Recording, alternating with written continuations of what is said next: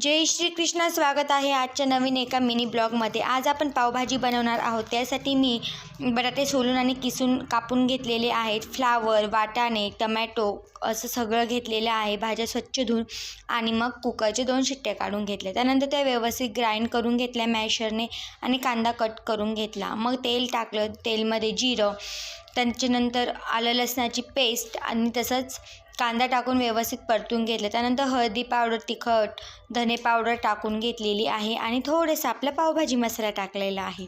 त्यानंतर ते व्यवस्थित फ्राय झाल्यानंतर त्याच्यात थोडंसं आपल्याला पाणी टाकायचं आहे आणि ते पाणी पूर्णपणे आटून जाऊ द्यायचं. त्याने ना टेस्ट खूप छान येते आणि मसाल्याचा फ्लेवरही खूप छान उतरतो भाजीला. त्यानंतर आपण जी पावभाजी शिजवलेली होती ती भाजी मॅश केलेली टाकायची आहे आणि मसाला टाकायचा, मीठ टाकायचं. तयार आहे आपली पावभाजी. कशी वाटली कमेंटमध्ये नक्की आणि सोबतच लाईक, शेअर आणि सबस्क्राईब करायला विसरू नका. थँक्यू.